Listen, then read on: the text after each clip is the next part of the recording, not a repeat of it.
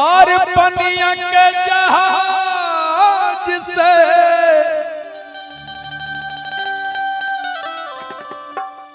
पलटनिया बनिया पलटनिया बनिया पिया लेने अइहा हो लेने अइहा हो पिया से नूर बंगाल से लेने अइहा हो पिया से नूर बंगाल से लेने अइहा हो पिया से नूर बंगाल से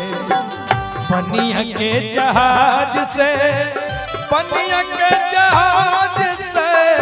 पनिया के जहाज से पलटनिया बनिया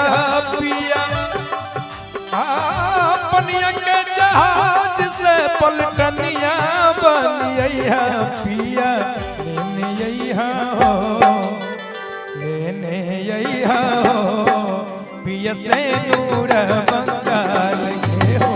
लेने अइहा हो पिया से नूर बंगाल के से नूर बंगाल के हो से नूर बंगाल के पिया लेने अइहा हो लेने अइहा हो पिया से नूर बंगाल के लेने अइहा हो पिया से नूर बंगाल के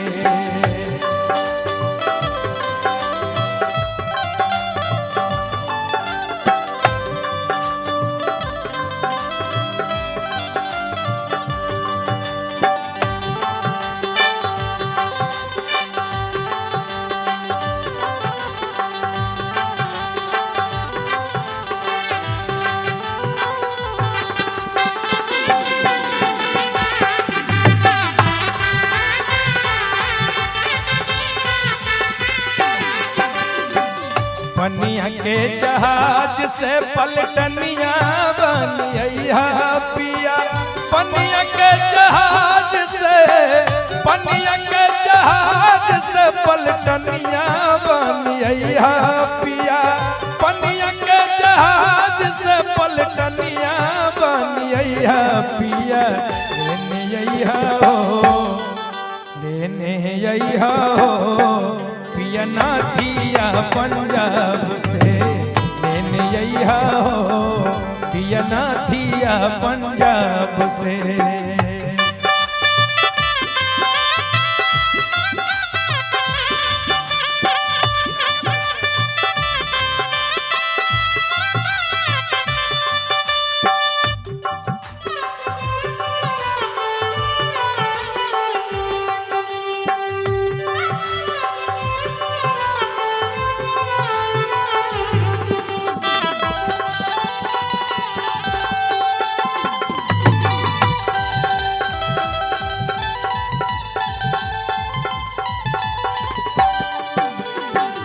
पनिया के जहाज से पलटनिया बनिया पिया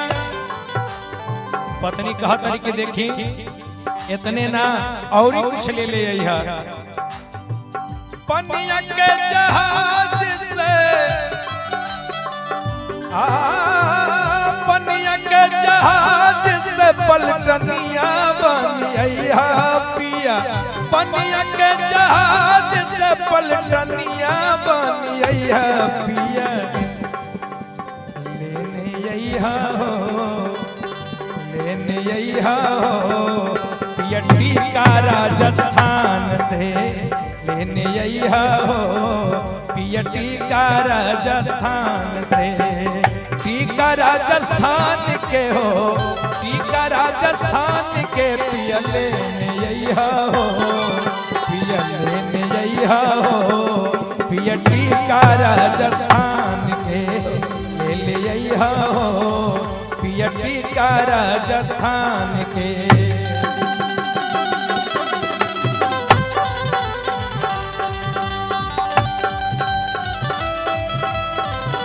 क्या बात है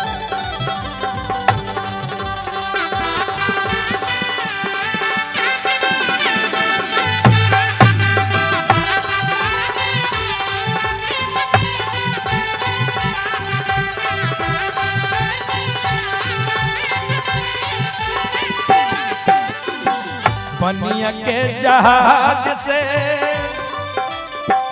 पनिया के जहाज से,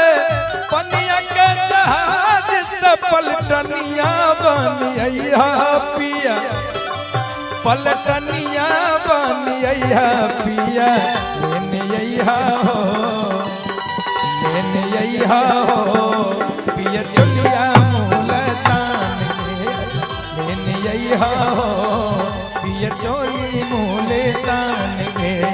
चलिया मुल्तान के हो, चोली मुल्तान के पिया लेने हो, लेने हो पिया से नूर बंगाल के हो, लेने हो पिया से नूर बंगाल के पिया, लेने हो पिया टीका राजस्थान के पिया, लेने हो पिया टीका राजस्थान के हो, लेने हो पिया टीका राजस्थान के। लेकिन अंत में उनकर पति देव कहता है कि देखा जब तू इतना फरमाइश करत रह तो हमरो एगो बात सुन ला, तारा के हम कबो निराश ना करे। अरे हवाई जहाज से,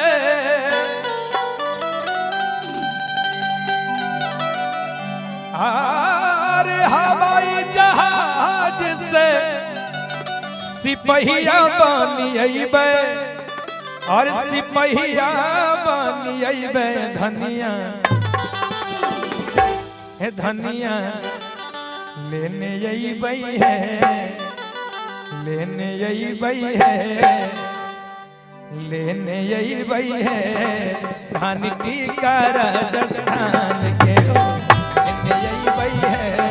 धान टीका राजस्थान के, टीका राजस्थान के हो, सेनुरा बंगाल के हो,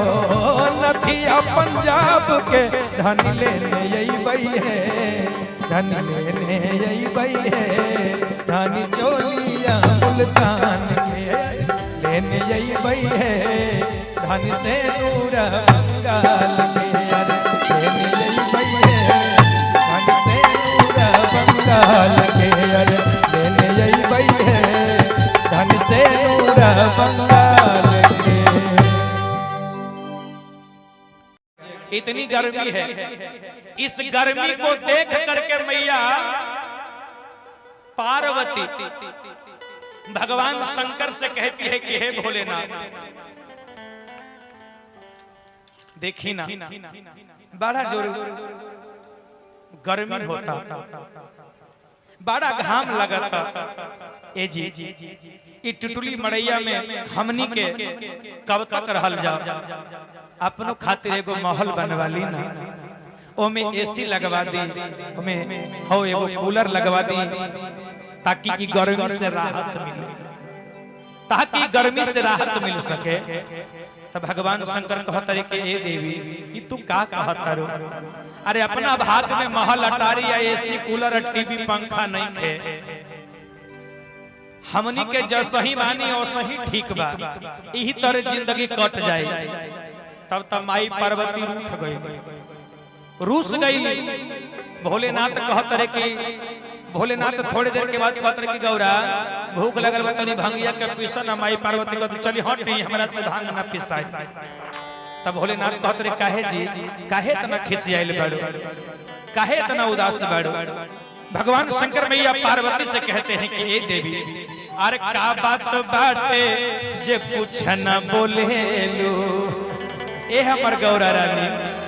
आर बेरी बेरी है आचर से मुहावा पोछेलू।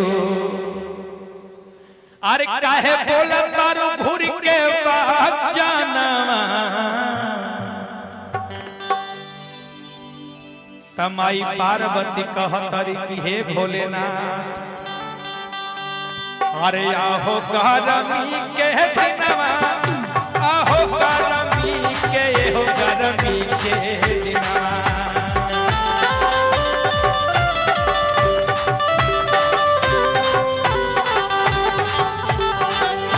आहो गरमी के दिनवा, आहो गरमी के हो गरमी के दिनवा। पटा पचुआ पास नवा आहो गरमी के दिनवा पटा पचुआ पास नवा आहो गरमी के दिनवा। ये गौरा भोलेनाथ कहत तारे की गौरा रानी का बात बाटे जे कुछ ना बोले लू बेरी बेरी आचर से मुहावा पोछेलू का बात बाटे जे कुछ ना बोलेलू बेरी बेरी आचर से मुहावा पोछेलू काहे बोला तारू ऐसन बचानवा काहे बोला तारू ऐसन बचानवा। ए गौरा रानी अरे कुछ ना बोला माई पार्वती को तब चली हट महाराज होने रही हमरा से भांग ना पिसाई राउर बात हमरा नीक ना लागेला काहे जी त माई पार्वती कहत रे आहो गरमी के दिनमा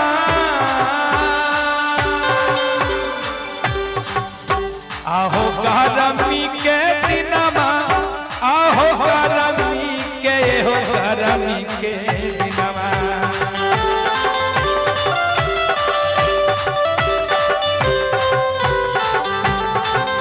आहो गरमी के दिनमा आहो गरमी के हो गरमी के दिनमा हट्टा पट्टा पचुआ पास नवा आहो गरमी के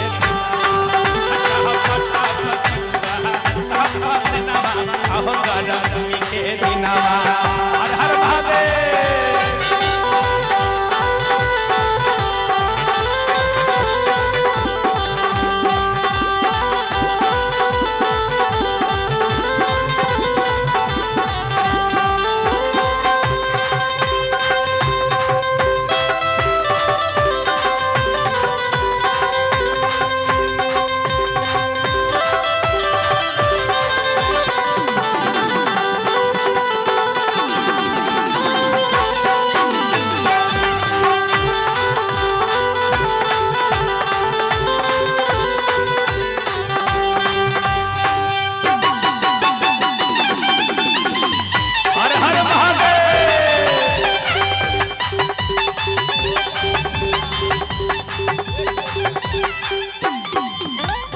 ध्यान देंगे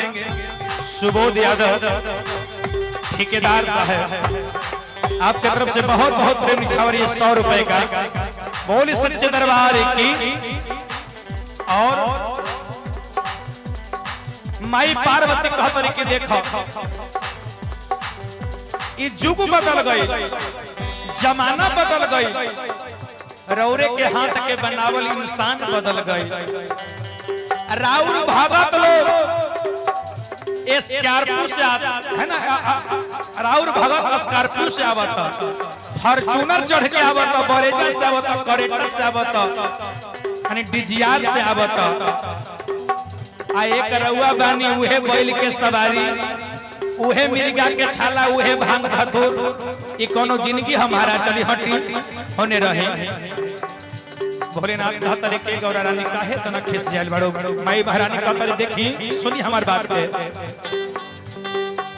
रहू रे भागत वाया बे चढ़ के सफारी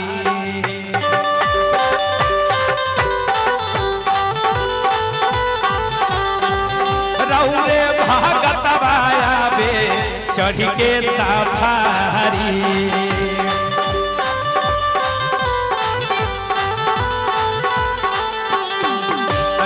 करत हुआ कोइल के सवारी वाह महाराज हरौरा करत हुआ कोइल के सवारी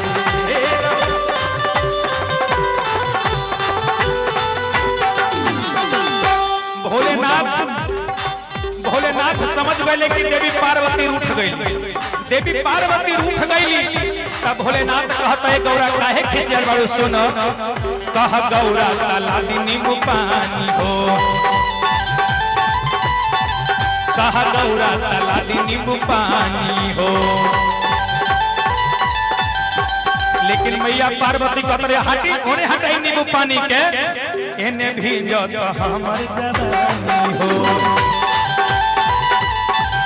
एने भी जत हमर जवानी हो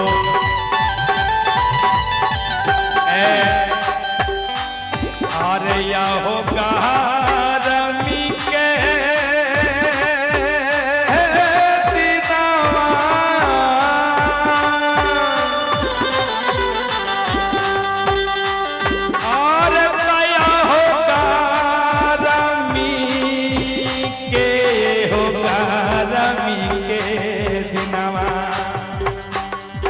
टुन बाबा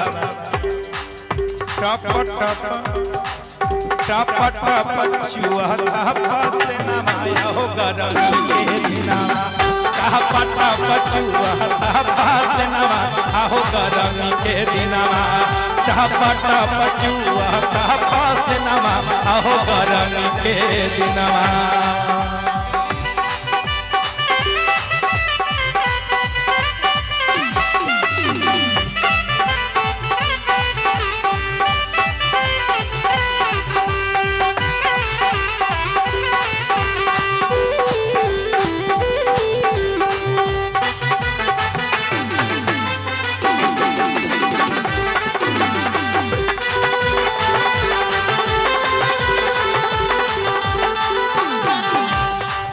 हे भोलेनाथ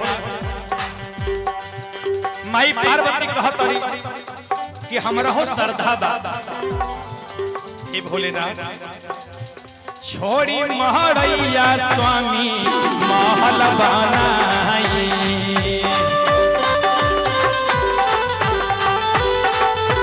आ देखी ये बात के कहे खातिर बम बम टुन टुन मुना चकर धारी आइले दुआरी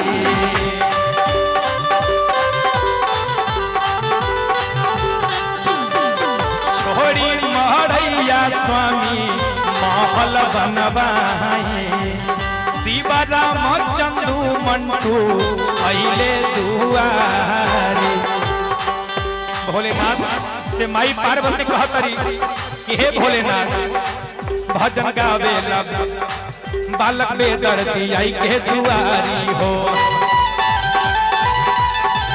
गावे भजन तोहर त्रिपुरारी हो बालक बेदर्दी आई के दुआरी हो गावे भजन तोहर त्रिपुरारी हो हे विजय भैया अरे या हो रमी के दिनावा और या हो रमी के दिनावा हे भोलेनाथ टप टप टप टप टप टप चुहा से नमाया गरमी के दिनावा टप टप चुहा से नमाया गरमी के दिनावा टप टप चुहा से नमाया गरमी के दिनावा टप टप चुहा से नमाया गरमी के दिनावा टप टप चुहा से नमाया गरमी के दिनावा टप टप चुहा से नमाया गरमी के दिनावा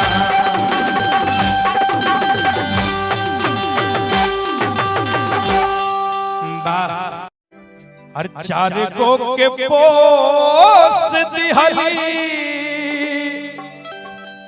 अरे दूधवा पिलाई के वो माँ अपनी स्तन पान कराकर दुग्ध पान कराकर अपने शरीर से 4-4, 5-5 बच्चों को हंसी खुशी वो माँ पाल लेती है। यानी खुद भूखे रह लेती है लेकिन अपने बच्चों को भोजन कराती है। यानी भूखे कभी नहीं सुलाती है। लेकिन जब बेटा जवान हो जाता है, जब घर में बहू आ जाती है, उस बहू को घर में लाने के लिए माँ कितनी सपना देखा करती है। लेकिन जब बहुएं आ जाती है तो बेटा बहू में भूल जाता है,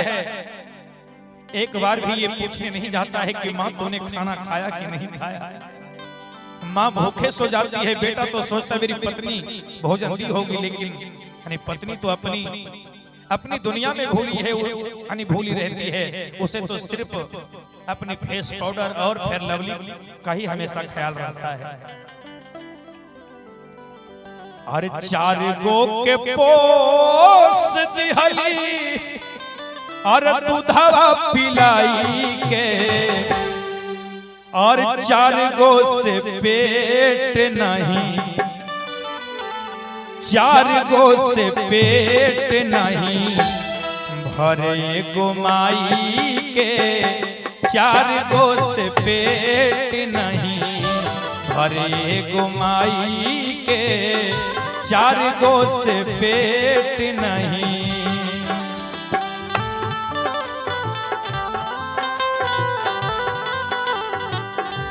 दूधवा पिया के पोसली, शब्द पर गौर करिएगा आप, कितनी महान है वो माँ। लाख लाख वंदना है उस माँ को। 4 गो के पोस दिहली, 4 गो के पोस दिहली दूधवा पिलाई के, 4 गो से पेट नहीं, 4 गो से पेट नहीं भरे गो माई के, 4 गो से पेट नहीं भरे गो माई के, 4 गो से पेट नहीं।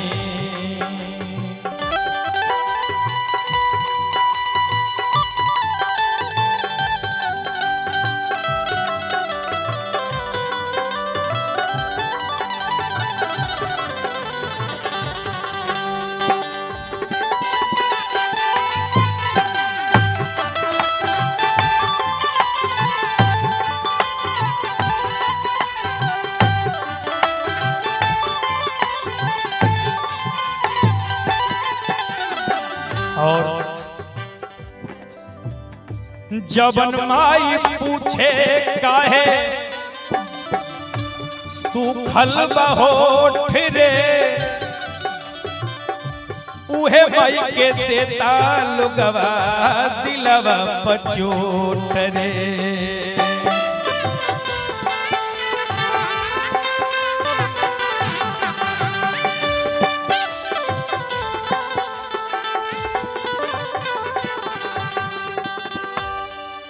जब बेटा बाहर से आता है,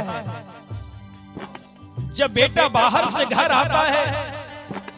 तो माँ ये नहीं देखती है कि मेरा बेटा कितना धन लेकर के आया है, कितना रुपया लेकर के आया है। माँ ये नहीं देखती है। माँ अपने बेटे के सामने खड़ा होकर उसके मुख को देखती है, उसके मुख को हमेशा नहीं रखती है कि मेरा बेटा घर आया है, ना जाने सुबह से कुछ खाया कि नहीं खाया है। ओठ को देख करके वो समझ जाती है कि मेरा बेटा आज सुबह से भूखा है। जवन माई पूछे काहे सूखल बहोठ रे, उहे माई के देता लोगवा दिलवा पचोट रे। बाहर समाज, बाहर बेटा धन्य है उमाई।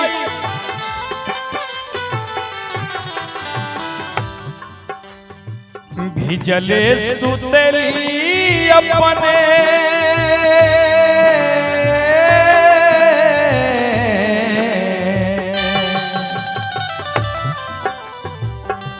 भिजले सुतली अपने सुखल सुताई के, भिजले सुतली अपने सुखल सुताई के, 4 गो से पेट नहीं भरे गो माई के, 4 गो से पेट नहीं भरे गो माई के, 4 गो से पेट नहीं।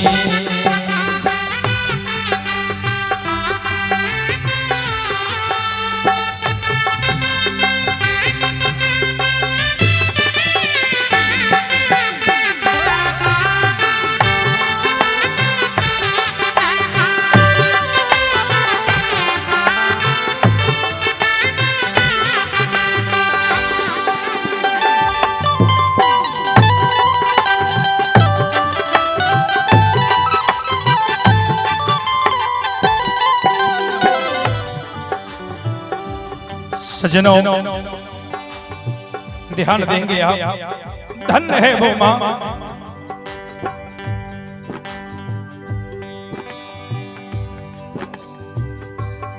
किस कदर माँ ने हम और आपको पाला है। एक एक शब्द पर आप गौर करिएगा। कवि ने लिखा है, अचरा ओढ़ाई के दूधवा पिया वाली, याद कर बाबू तोहके गोदी में खेलवाली।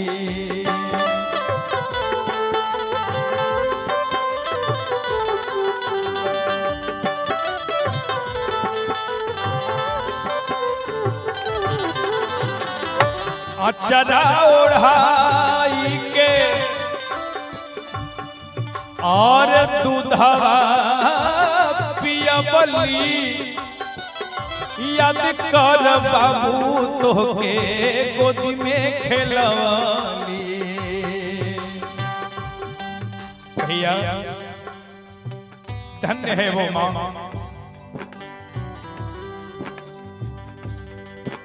जरा सा भी बेटा रोने लगता है, बेटे की रोने की आवाज को सुनकर मां का दिल धड़क उठता है। ऐसी मां कहां मिलेगी हो। बालक बेदर्दी कहे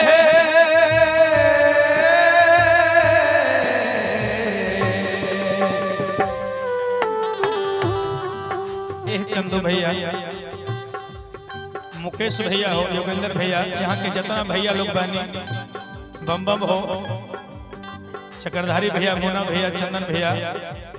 सब केहू ध्यान दिया कि धन्य है हो माई। बालक बेदर्दी कहे भजन के गाई के, बालक बेदर्दी कहे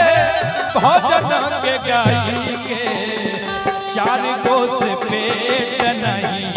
भरे गो माई के, चार गो से पेट नहीं भरे गो माई के, चार गो से पेट नहीं। चार गो के पोस दिहली दूधवा पिलाई के, चार गो के पोस दिहली दूधवा पिलाई के, चार गो से पेट नहीं भरे गो माई के, चार गो से पेट नहीं भरे गो माई के, चार गो से पेट नहीं भरे गो माई के, चार गो से पेट नहीं भरे गो माई के, चार गो से पेट नहीं।